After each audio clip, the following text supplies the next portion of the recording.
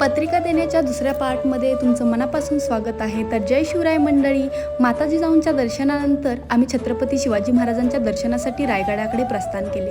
रायगडाच्या पायथ्याचं दर्शन घेतल्यानंतर आम्ही गडाच्या पायऱ्या चढायला सुरुवात केली। त्या प्रत्येक पायरीसोबत एक वेगळीच ऊर्जा आणि आनंद अनुभवायला मिळत होता। आमच्या मनात एकच इच्छा होती, महाराजांना पहिली पत्रिका द्यायची। गडावर एंट्री करतानाच आम्हाला सांगितले की पत्रिका देण्यास मनाई नाही, पण कॅमेरामध्ये, ड्रोनमध्ये व्हिडिओ शूट, फोटो काढण्यास पूर्णपणे बंदी आहे। गैरप्रकारचे फोटो काढणे महाराजांच्या गडकिल्ल्यावर योग्य नाहीच, पण आपण पाहिलेलं लहानपणापासूनचं स्वप्न आता पूर्ण होणार नाही असं वाटू लागलेलं। त्यानंतर आमच्याकडून लेखी लिहून घेतले, मग कुठे आम्हाला परवानगी दिली फोटो काढून पत्रिका देण्यासाठी। मनावरचं ओझं खाली झालं आणि भीतीही कमी झाली आणि चेहऱ्यावर एक स्माईल छान आणत आम्ही महाराजांच्या चरणावर पहिली पत्रिका अर्पण केली। तो क्षण आमच्या आयुष्यातील सर्वात खास, भावनिक आणि अविस्मरणीय क्षणांपैकी एक आहे।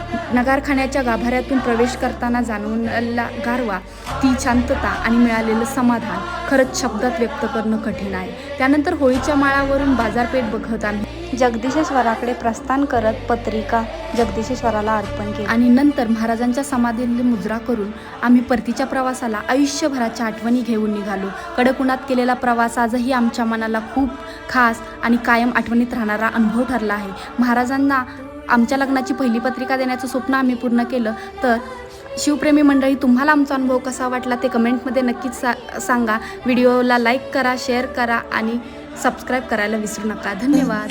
तुझ्या माझ्या सलगीला फिरती छाया हलगीला